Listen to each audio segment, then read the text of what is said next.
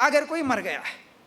مرنے کے بعد جیسا کہ پہلے سے ترتیب یاد ہے، آنکھیں بند کر دیے، منہ بند کر دیے، پیروں کو بھی اگر انگوٹھوں کو باندھنا ہے تو باندھ دیے، کپڑا ڈھانک دیے، اس کے بعد کیا ہے اب اٹھا کے غسل دینا ہے، اٹھا کے لے کے چلے گئے۔ اب کیا ہے، اب وہ یہاں پر بہت سارے عقیدے یہ بھی ہوتے ہیں، نہیں وہ کیا ہے غسل دینے کے لیے ایک تخت ہونا الگ سے، اب اسی تختے پر اس کو لٹانا، پھر اس کے بعد کیا ہے وہ جو بھی غسل کا پانی ہوتا ہے وہ زمین کے اندر ہی چلے جانا، وہ کسی باہر نہیں چلے جانا، نالی میں نہیں جانا، ہاں وہ کیا ہے پیراں چلتے سو جگہ نہیں جانا، یہ بھی عقیدہ رکھ کے وہاں پر گڑا کر دیا جاتا، اس کے کپڑوں کو اسی میں دفن کر دیا جاتا، یہ بالکل غلط عقیدے ہیں، ٹھیک ہے نا۔ پانی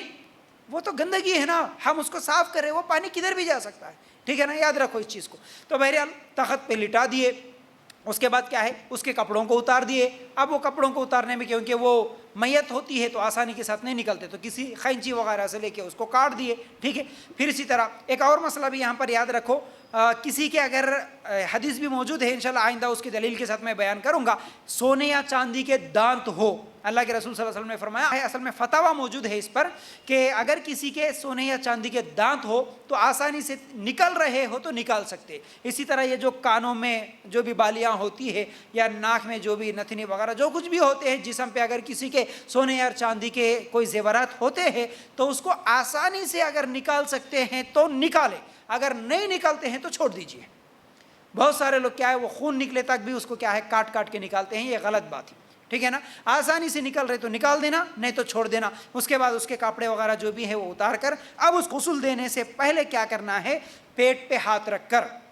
میت کے پیٹ پہ ہاتھ رکھ کر گردن کے نیچے ایک اور ہاتھ رکھ کر دونوں مل کے، ایک آدمی ادھر سے ایک آدمی ادھر سے، میت لیٹا ہوا ہے، ایک ہاتھ پیٹ پہ رکھے، ایک ہاتھ گردن کے نیچے رکھے اور اس کو کیا ہے تھوڑا سا اس طرح اٹھانا ہے تاکہ پیٹ اندر دبے۔ پیٹ کے دبنے سے، کیونکہ انتقال سے پہلے اگر پیٹ میں کوئی گندگی ہو تو وہ باہر نکل جائے، صرف یہ ایک ہی مقصد ہے، اس کے علاوہ کچھ بھی نہیں۔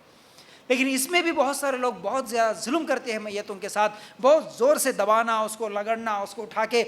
ٹائٹ رہتی میت اس کے باوجود بھی اس کے ساتھ زبردستی کرنا، یہ بالکل جائز نہیں ہے۔ تھوڑا سا ہلکا سا پیٹ کے اوپر ہاتھ پھیرے یا دبائے، اس کے بعد اور تھوڑا زیادہ کیا ہے گردن کے نیچے ہاتھ رکھنے سے کیا ہے تھوڑا سا میت اس طرح اٹھتی ہے تو اس کے اندر کوئی گندگی رہ گئی ہے تو وہ صاف ہو جاتی ہے، اس کے لیے کیا ہے نکالنا ہے۔ کیونکہ اللہ کے رسول صلی اللہ علیہ وسلم کے تعلق سے علی رضی اللہ تعالیٰ نے کہا کہ میں اللہ کے رسول صلی اللہ علیہ وسلم کو غسل دیا اور ہاتھ پھیرا، اللہ کے رسول صلی اللہ علیہ وسلم کے پیٹ پر ہاتھ پھیرا، لیکن اللہ کے رسول صلی اللہ علیہ وسلم کے کیا ہے پیٹ سے کچھ بھی گندگی نہیں نکلی۔ جیسے اللہ کے رسول صلی اللہ علیہ وسلم اپنی زندگی میں پاک تھے، اللہ کے رسول صلی اللہ علیہ وسلم ویسے ہی وفات کے بعد بھی پاک تھے، یہ بیہقی کی روایت ہے، ٹھیک ہے۔ اب اگر کوئی گندگی نکلی ہو تو اسے کیا ہے پانی سے بہا دیں، ٹھیک ہے۔ شرمگاہ وغیرہ کو نہ چھوئے ڈائریکٹ، اس لیے کیا ہے ہاتھوں میں گلوز وغیرہ آج تو آسانی کے ساتھ مل جاتے ہیں، کوئی کپڑا ہو یا کوئی گلوز وغیرہ پہن لینا سب سے پہلے یہ ضروری ہے۔ میت کا وہی طریقہ ہے جو زندہ کا طریقہ ہے، جیسے ہم لوگ زندہ ہے کیسے غسل کرتے ہیں اسی طریقے سے میت کو غسل دینا ہے، کوئی الگ نہیں ہے۔ اب ہم زندے ہیں تو ہم خود پہلے کیا ہے اپنی گندگی صاف کر لیتے ہیں، لیکن میت صاف نہیں کر لے سکتی، اسی لیے ہم خود تھوڑا سا پیٹ کو دبا کے پانی بہا دیے، ہو گئے اس کی گندگی صاف ہو گئی۔ تو کیا کرنا ہے سب سے پہلے کیا ہے جیسے گندگی دھونا ہے، اس کے بعد کیا ہے وضو کرانا ہے اس کو، جیسے ہم لوگ وضو کر لیتے ہیں میت کو بھی کیا ہے پہلے ہاتھ دھوئیں، پھر اس کے بعد کلی، اب کلی کرنے کے لیے اندر تو پانی نہیں ڈال سکتے تو کیا کرنا ہے تھوڑا سا انگلی کو یا کپڑے کو بھگا کر تھوڑا سا کیا ہے اس طرح لگا دینا، کلی ہو گئی۔ اس کے بعد ناک میں پانی ڈالنا ہے تو کسی کپڑے کو گلا کر کے کیا ہے ناک میں اگر ہم تھوڑا سا اس طرح گھما دیے ہو گیا ناک میں، ہم لوگ جیسے وضو بناتے خود ناک میں پانی ڈالتے ہیں، اس کے بعد اس کا چہرہ دھو دیے، پھر اس کے بعد کیا ہے ہاتھ دھو دیے، اس کے بعد کیا ہے سر کا مسح کرنا، اس کی جگہ کیا ہے سر بھگا بھی سکتے ہیں پورا، ٹھیک ہے۔ اس کے بعد پھر پیر دھو دیے، یہ وضو ہو گیا، ٹھیک ہے نا۔ تو پہلے جسم سے گندگی کو صاف کرے، اس کے بعد وضو بنا دیے۔ اب وضو بنانے کے بعد اب اس کو کیا کریں گے پورے جسم کو کیا ہے پانی بہائیں گے۔ اب اس کے بعد آپ بیری کے پتے سے نہلاتے یا صابن سے نہلاتے یا پھر شیمپو سے نہلاتے، جس طرح ہو سکتا ہے آپ اسے کیا ہے نہلائیں گے۔ غسل دینے کا یہی طریقہ ہے، 3 مرتبہ یا 5 مرتبہ۔ میں اس سے پہلے بتایا کہ غسل جو دیں گے آپ 3 مرتبہ دیں گے یا 5 مرتبہ، کیونکہ اللہ کے رسول صلی اللہ علیہ وسلم کی حدیثوں سے ہم لوگوں کو ثابت ہوتا ہے 1 مرتبہ نہیں دینا غسل، 3 یا 5 مرتبہ اس طرح دے سکتے ہیں۔ 6 سال کا اگر بچہ ہے، 6 سال سے بھی چھوٹا بچہ، تو اس کو کوئی بھی غیر محرم غسل دے سکتا ہے۔ لیکن اگر لڑکی ہے تو لڑکی کو عورت ہی غسل دے گی، مرد غسل نہیں دے گا، اس بات کو یاد رکھیں۔ لڑکی چاہے کتنی بھی چھوٹی ہو اس کو عورت ہی غسل دے گی،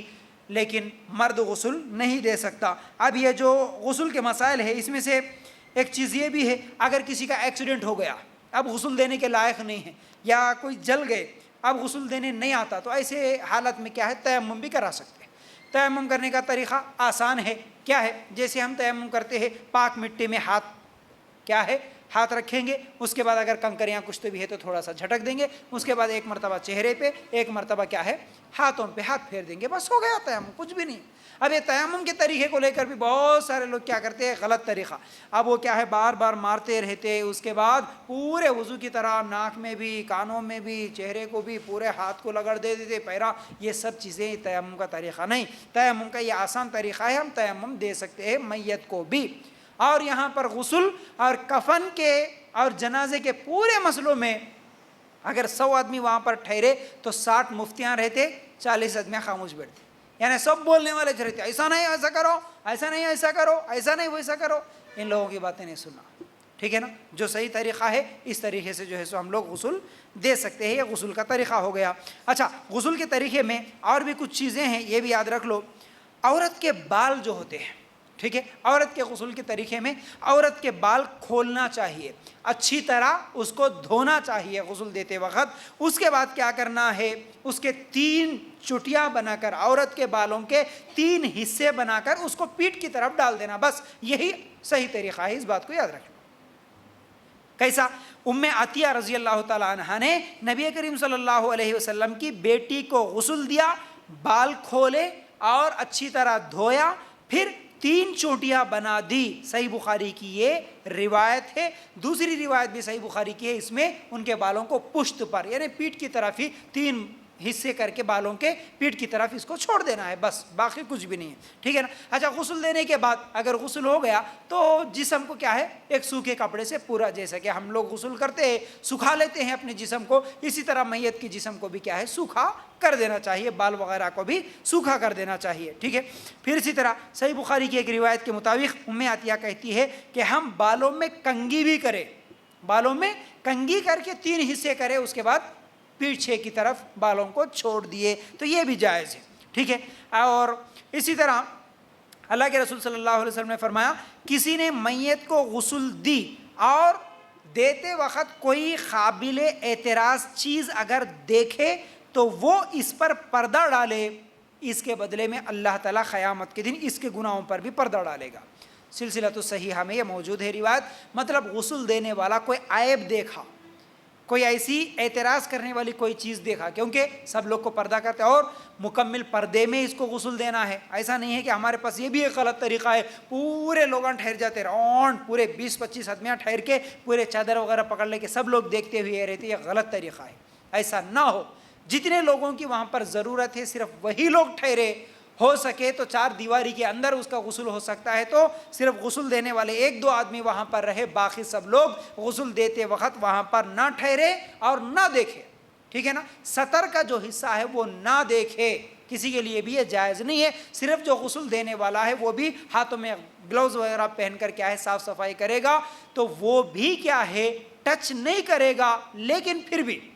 اگر کوئی اس کے اندر قابل اعتراض چیز، کوئی عیب وغیرہ دیکھا، خاموش رہے گا، لوگوں کے سامنے بیان کرتے ہوئے نہ پھرے، اس کے بدلے میں اللہ تعالیٰ قیامت کے دن اس کے گناہوں پر بھی پردہ ڈالے گا، ٹھیک ہے۔ اسی طرح اللہ کے رسول صلی اللہ علیہ وسلم نے فرمایا، میت کو غسل دینے والے کے لیے غسل ضروری نہیں ہے، صرف ہاتھ اور پیر دھو لے، بیہقی کی روایت ہے۔ ایک صحیح مسلم کی روایت میں غسل دینے والا غسل بھی کر لے، یہ بھی بات ہے۔ تو مطلب کیا ہے،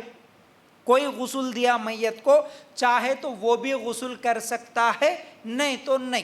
اس کے اوپر غسل کرنا واجب نہیں ہوگا۔ غسل دینے والا صرف ہاتھ پیر دھو لیا تو کافی ہے، اس کو الگ سے غسل کرنے کی ضرورت نہیں ہے۔ میت کی اگر مونچھیں وغیرہ بڑے لمبے ہیں تو پھر وہ کٹ کر سکتے ہیں، ناخن بھی اگر لمبے ہیں تو کٹ کر سکتے ہیں، لیکن بغل کے بال اور زیر ناف بال یہ کاٹنا جائز نہیں ہے، باقی ناخن وغیرہ کاٹ سکتے ہیں۔ یہ کیا ہے، غسل کے پورے مسائل ہے۔